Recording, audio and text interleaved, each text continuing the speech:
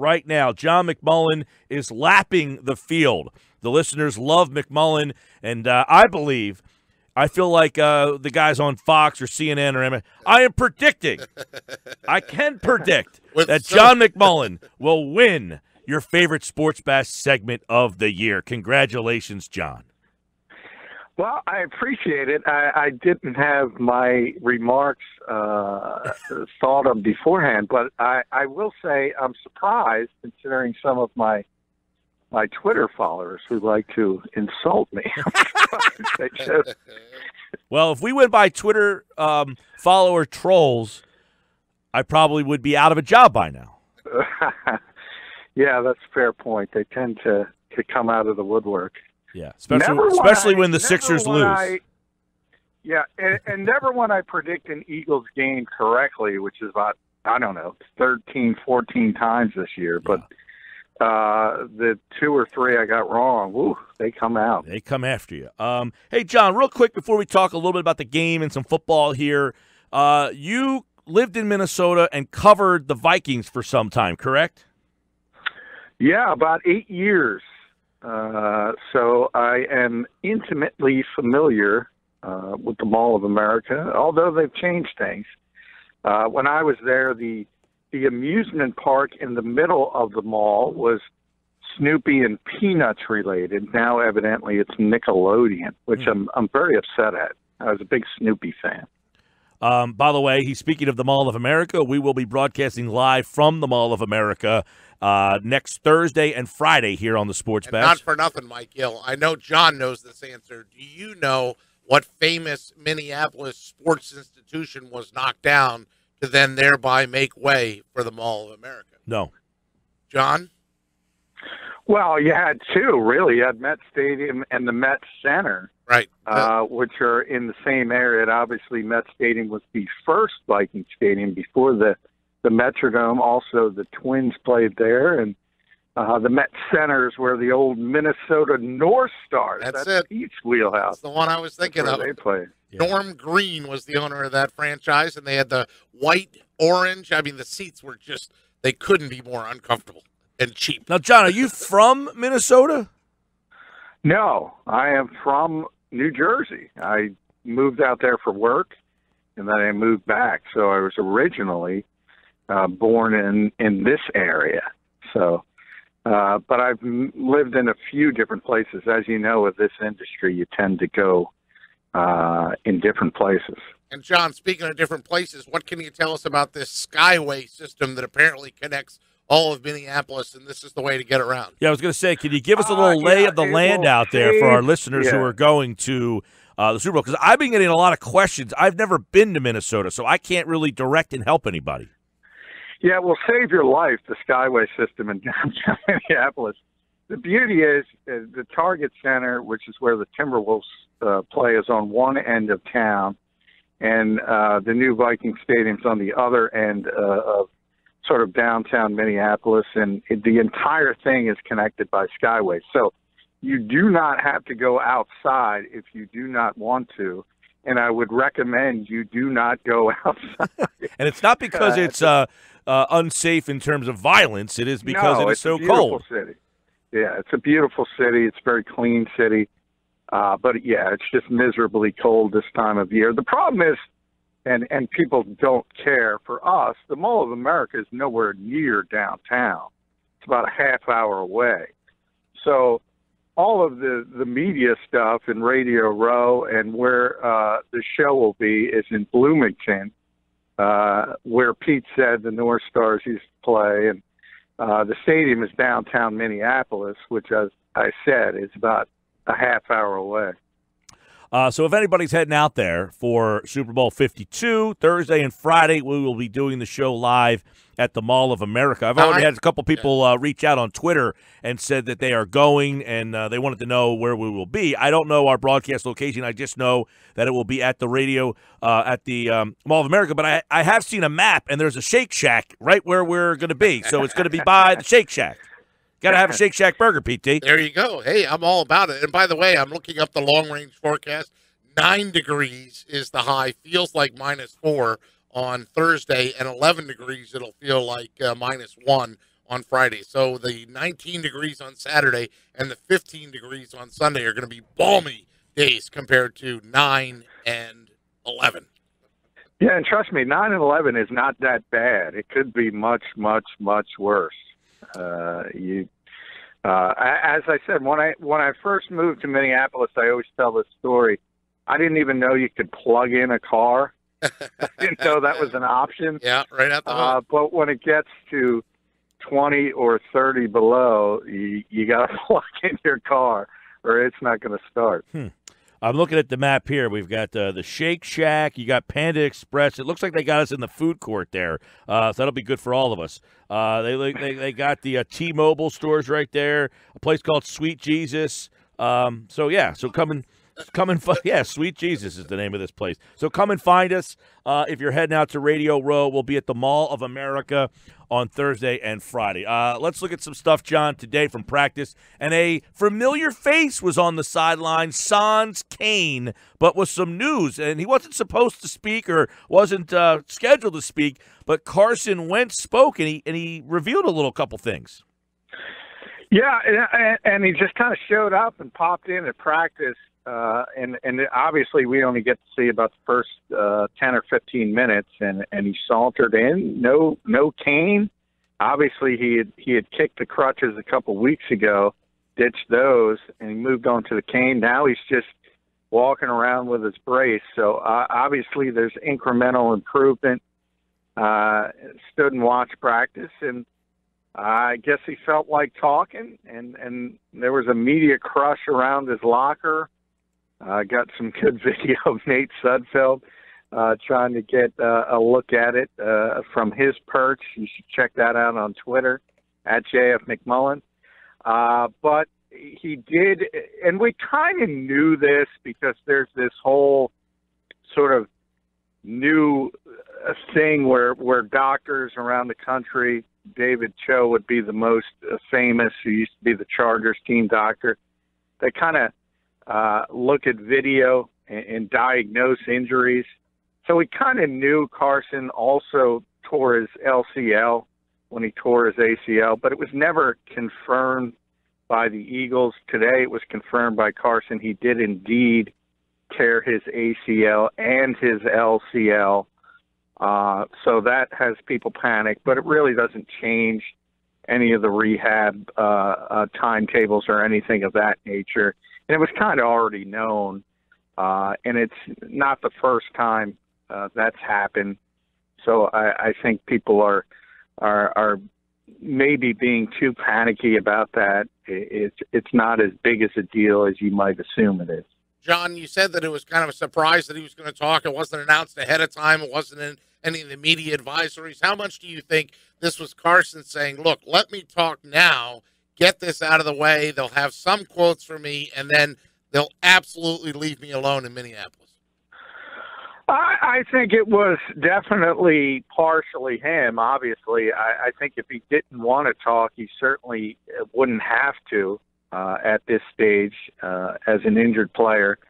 But he realized there's a lot of interest in what's going on with him as well. And he does want to get it out of the way, I think, before the team gets to Minneapolis, and make sure everything in Minnesota is about the team as it's currently constructed with Nick Foles as the starting quarterback. So I think he wanted to get it out of the way here before they get out there, and make sure the focus is all on Nick and it's his team, and that's the group trying to win the Super Bowl. I mean, do you still think that media out there, because you know what a media swarm that is at the Super Bowl, they're still going to put in requests to try and get Carson on some of these national shows and things like that, and the Eagles will politely say no, or?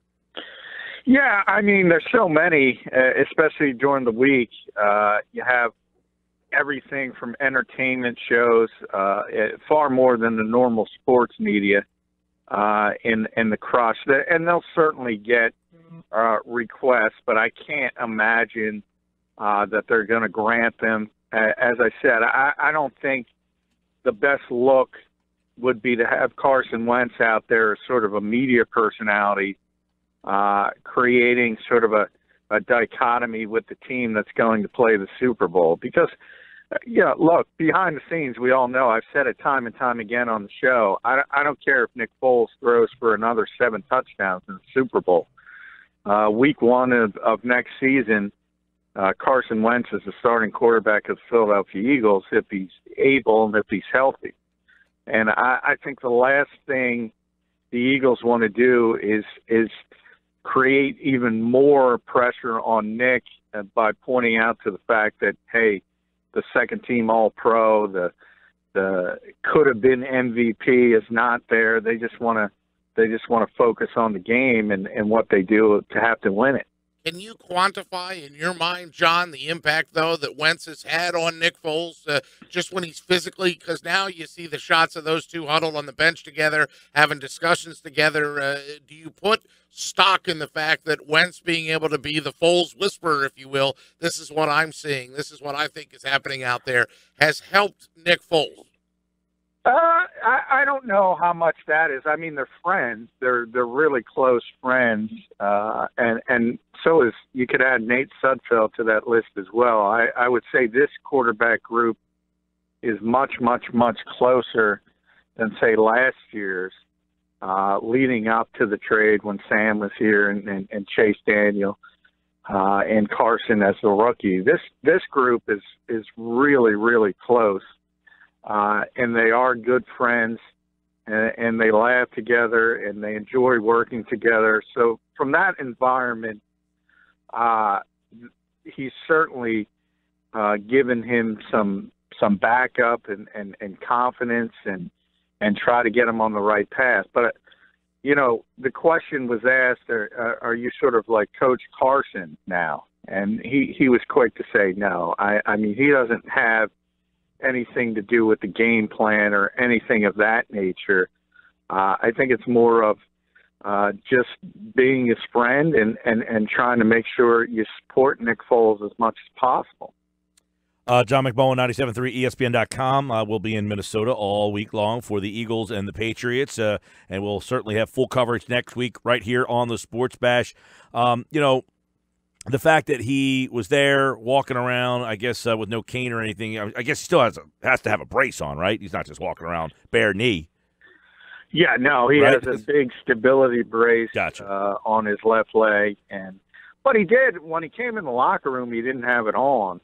Obviously just, not doing anything athletically, obviously, or even walking about. He put it on after he talked to the media. So it's getting better. And that's, anyone who's had ACL surgery, I know Josh has, I have, the repair happens pretty quickly. The rehab has to do with strengthening things and getting back. And obviously when you're a high-level athlete, it's a whole different ball game. So, he can move around pretty well already at this stage, but it's still a long, arduous process. Yeah, and he's, I guess, projected that he would be ready for Week 1. And I guess some people said he might not be 100% by Week 1, but that he should be well enough to play. Yeah. I remember talking to Dr. James Andrews when Adrian Peterson had his ACL surgery, and he was back. It was almost eerily similar as far as timing. He got injured in December, I think even later in December than Carson did. And he was back by Week 1, and that was his MVP year. But he wasn't 100% Week 1. So, you're probably not going to feel like you did before until you're at least 12 months out for the injury. And years ago, they would say 2 years till you feel completely healthy. But they keep improving from the medical side of it. And he is going to be capable of playing. I would be stunned if he's not out there in Week 1. But, yeah, he's not going to feel 100%.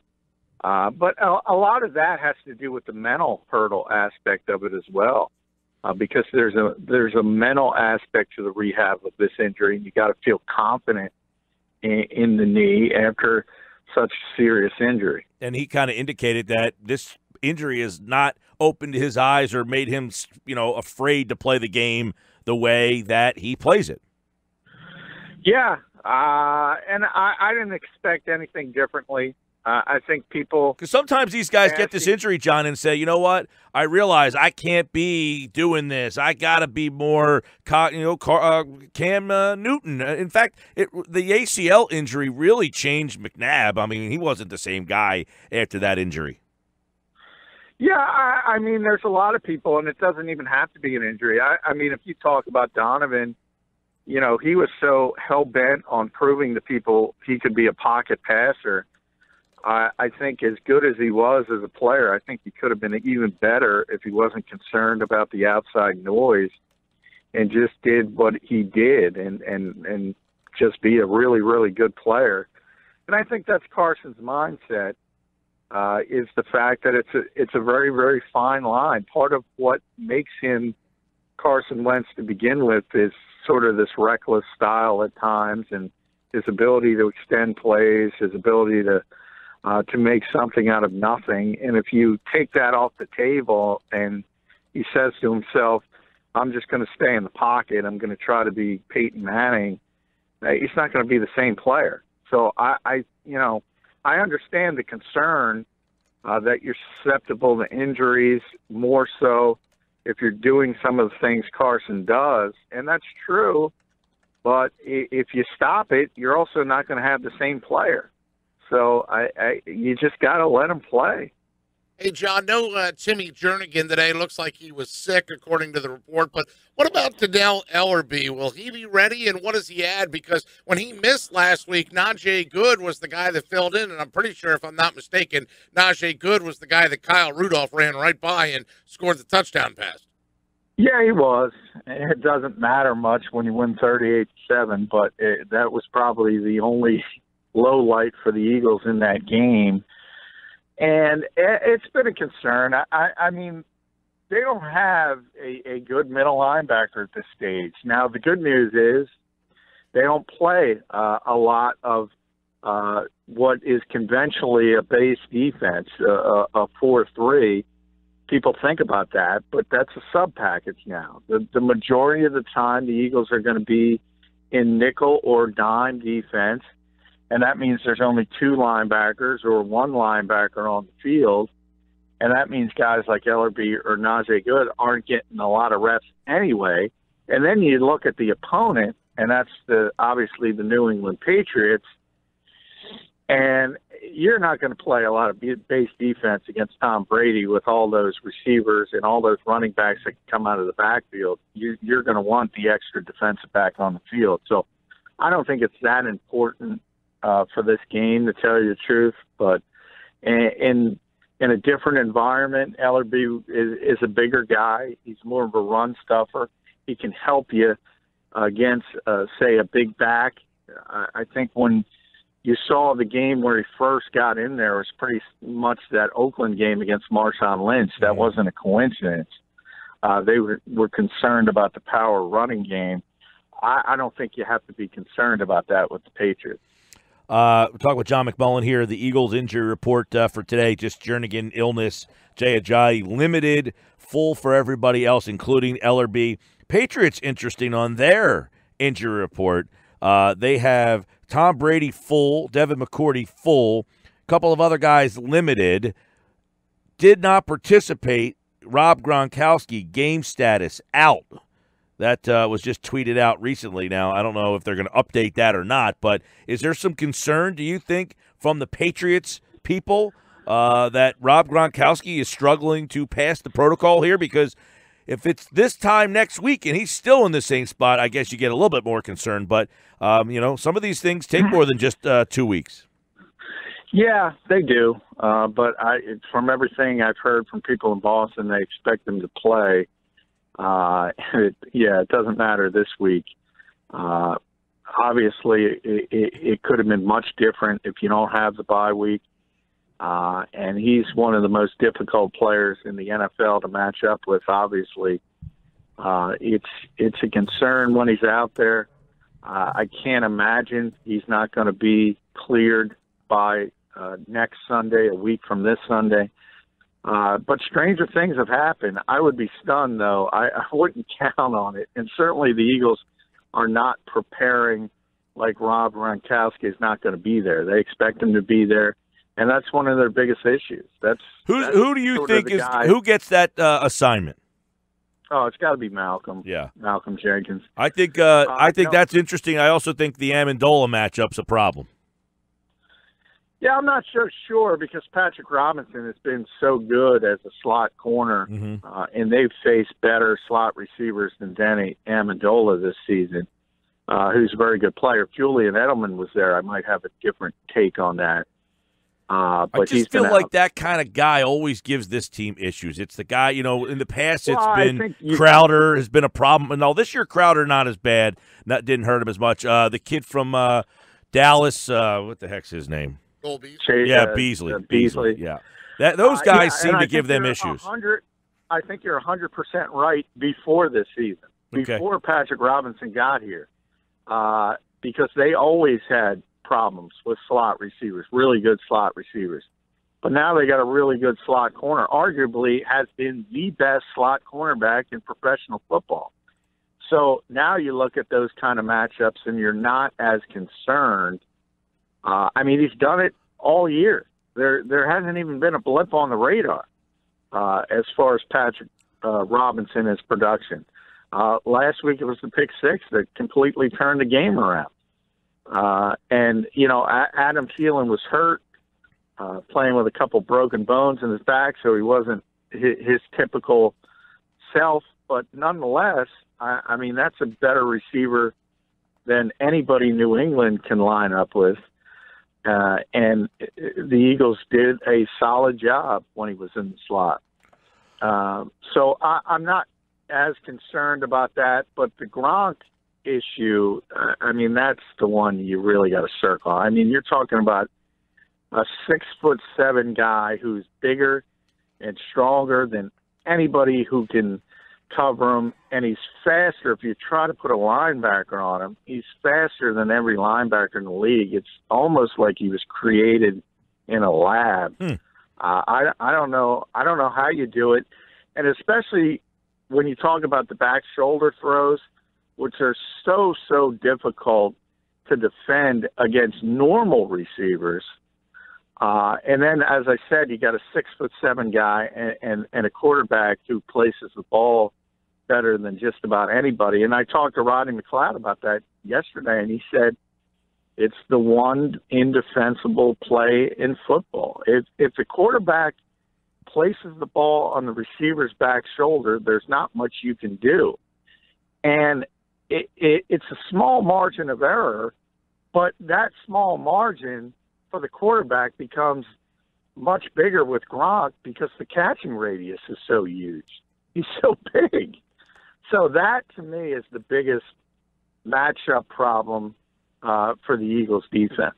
Yeah, it's Brady to Gronk is like Sims to Bavaro in Tecmo Bowl. Remember that? Every time Bavaro was on the curl, he got open. You couldn't stop him. It was indefensible, that play.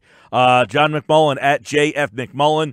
He has a plethora of articles up right now at 973ESPN.com, including one on Chris Long, LeGarrette Blount, the two former Patriots on this team, a couple of pieces up on Carson Wentz, who appeared at practice today, also on Doug Peterson, and how Danny Amendola, remember him in Philadelphia? He talks about that short stint with the Eagles and how he has persevered and made it since then. So check out all of John's stuff right now on our website, 973ESPN.com, and follow him on Twitter at JFMcMullen.